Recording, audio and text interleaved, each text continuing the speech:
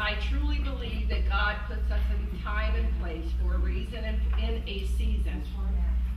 So if anybody's hurried or you want to go break into one of those sandwiches, I dare you. It wouldn't bother me though. Because there's one thing for sure is I believe everything that I do comes from the spirit world. And God says, tell the story, take your time, and make sure they know that I live inside of you. And once you receive that message, you don't deter from that strategy, because it was never yours to begin with. So let me begin by saying that you're not going to hear me talk a lot about what I have or what I don't have, because that's just not me. If you Google me, which I've done just to see if I was Googleable, you will read and see a lot. But when you do that, I'd ask you to know I clean up well. I clean up well. I came from a place where we weren't supposed to be much. I grew up in Salt Lake City, Utah, to a baby who had babies. And my mother, in turn, grew up in Mississippi to a mom who was a baby having babies. And what that meant for me in Salt Lake City is I had a long period of time where I pretended everything was okay. I grew up in a house where what goes on in this house stays in this house. My mother grew up in a house in Mississippi where what goes on in this house stays in this house. You see, but when you grow up in a house where what goes on in this house stays in this house, stays in you. And then you leave that house, and whatever happened in that house that stayed in you becomes you. And the things that happen in my house should have never happened. They should have never happened. My mother should have never written that letter to my dad in Vietnam that said, you can come home. Just not to me. Because if she had not written that letter, I'd have somebody in that house to protect me from the things that happen in that house.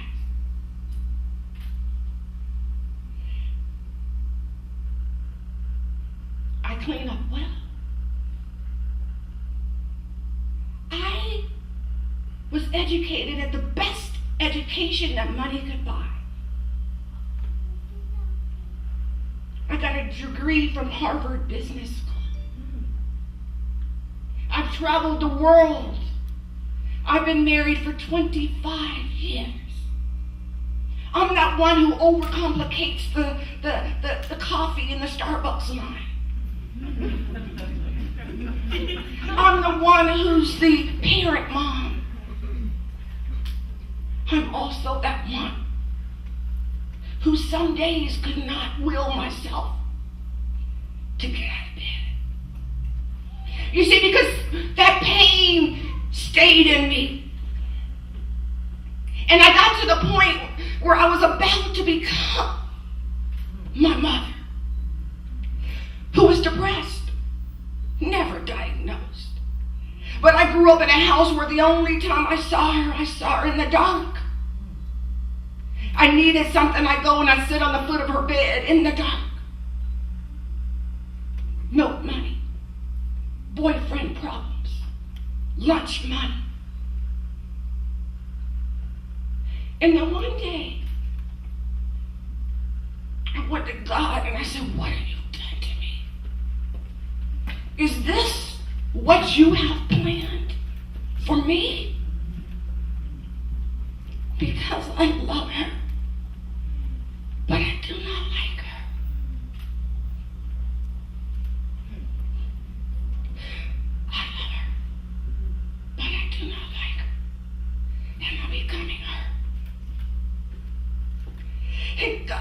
to me, your mother was my gift from me to you. You fix that. Fix it! And so I went to her and I said, Mama, everybody in this house has been to prison except for me. I can change the legacy of this family, but you're going to have to let me talk about what went on in that house. I just want to take my pain and poke a little hole in it, just enough for me to breathe. And if you let me do that, I can change the legacy of this family. But if you don't, I'm going to end up on the floor just like you. And that's not the legacy we deserve. So here's what I need. I got to teach you how to love me. Never again call me when you're drunk. Never again ask me to go to the liquor store for you, because I won't go. Somebody will, but I won't. My mother passed away at the age of 55, the same age I am now. Before she passed away, she told me, take care of your sister. I had 2 living older brothers, but she said, take care of your sister.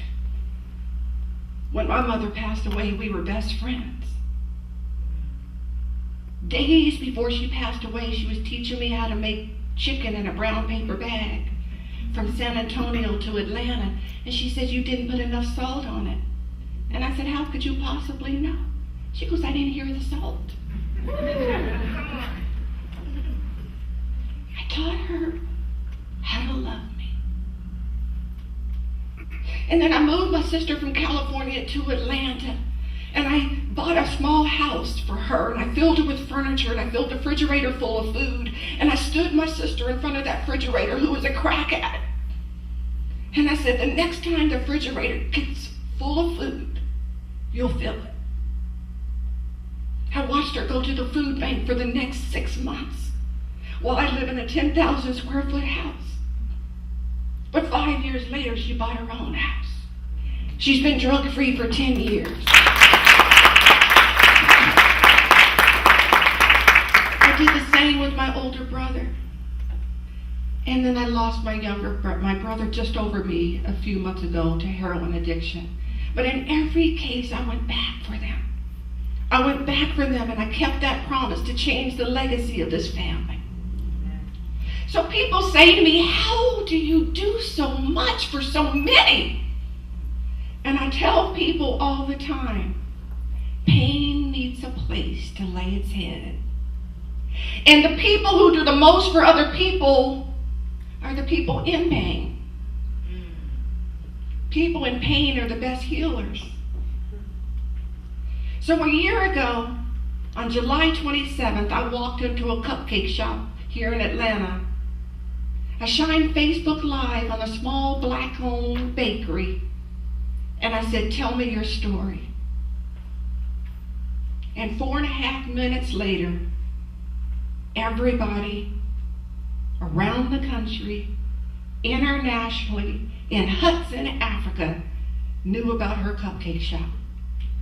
The video went viral, and I spent $500 for a cupcake. And I said, all I want is an opportunity for us as people to be seen helping each other and not asking for anything in return.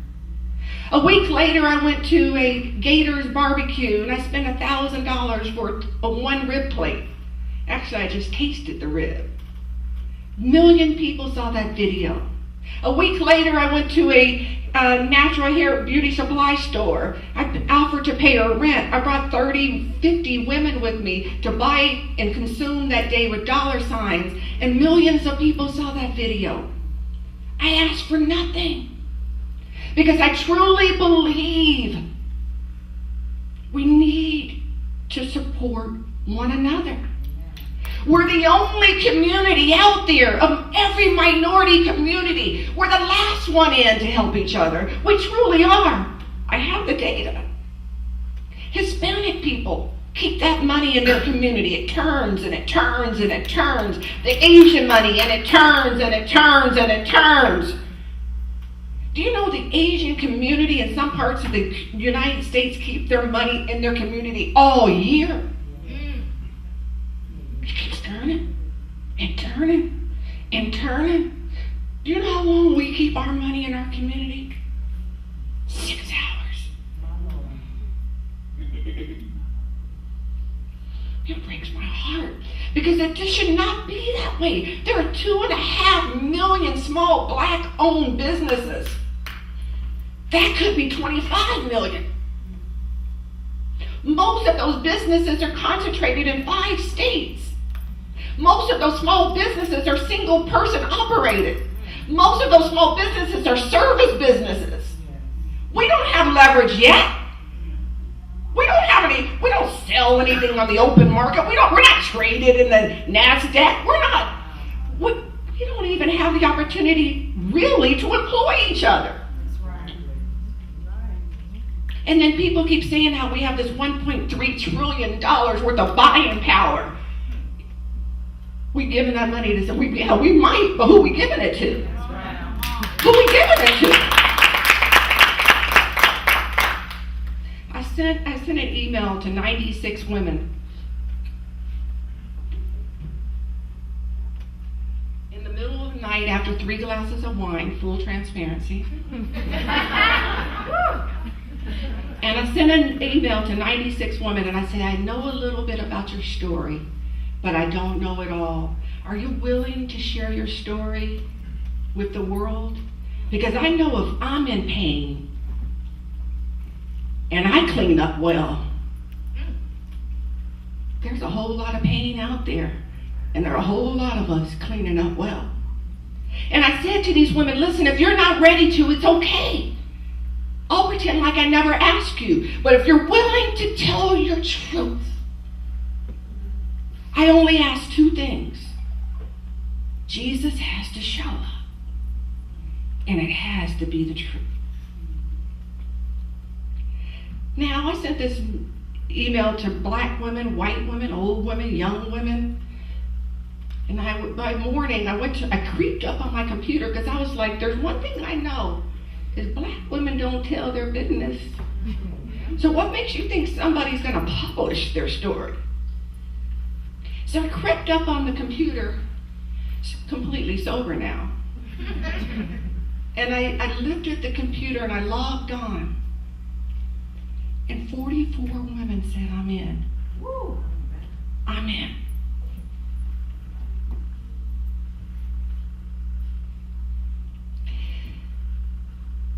We told the truth.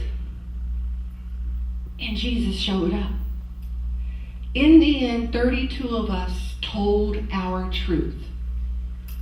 And I went all over the country, did book signings about 50 times, went to South Africa, sold a lot of books because a lot of people were interested in how we healed ourselves. Molestation, death, divorce, sickness. Mine was, of course, becoming friends with my mother, and then my relationship with my brother who had the heroin addiction. But so many stories, so much healing. And so one day I said, by this time I'd made maybe $100,000 self-published in about 10 months, right? And I said, this isn't my book, it's our book. And so every time, and I've done it 17 times now, every time you see me walk into a black-owned business and I buy them an iMac computer or say, today owner, pack up, start by sending you on vacation. Your place will be here when you get back. Here's $2,000 to hold you over. Every time you see me write a check to a small black-owned business, it's from the profits of this book. I'm giving it all away.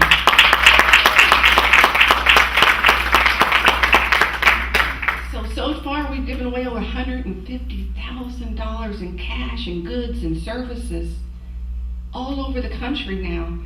We've given money. I just gave away $15,000 on Saturday to a small black-owned several small black-owned businesses, of which one is here. Will you stand up for me, Monique? She's won twice in my life. Monique, so in April we gave away $12,000, and I said that felt good. We came back a couple of months later, 2 months later, and gave away $15,000. And small black-owned businesses competed for it, and I kept nothing. I've gotten zero. I pay somebody $500 a week just to come in and help me manage giving away money. Let me say this before I sit down. We got to do better. I'm going to be okay. I could go fishing. But by golly, there should not be this big divide between the haves and have-nots among people who look like me. I should not have to work this hard to find other people I can vacation with. Yes. It takes us making a decision here and here. And please don't tell me you went and opened up a black-owned bank. Good move, good first move. Do you know there are businesses that are hanging on by fumes? Do you know Geraldine, who has the Red Velvet Bakery, is watching you walk into Kroger's and leave with a cake in a box? You can probably smell Geraldine's cake on your way to Kroger. Can you imagine how that must feel? Yeah, we may be inconvenienced a little bit. Yeah, I may have to drive across town to bank with somebody that looks like me. But I bet you, if white people had something we wanted, we'd drive across town. I know this to be true. We've got to do better. And stop waiting for us to succeed before we take a chance on each other.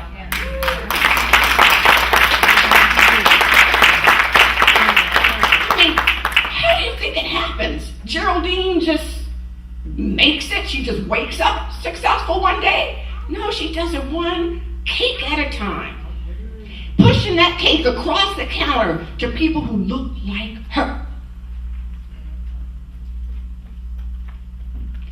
We're going to do this, and we can do this because we have done this in the 1920s, right? What was it called? Black Wall Street. We've been there, done that, bought the t-shirt. Where along the way did we become so lost? When did we turn on each other? When did that happen? How? Why? These babies should they should not be planning to work for somebody.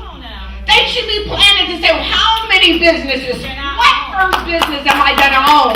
What second business am I going to own? Who am I going to employ? Out of every minority business, we're the least likely to employ other black people. Now, sometimes it's because we can't. But that's because we're not doing enough to uplift each other. Each one, teach one.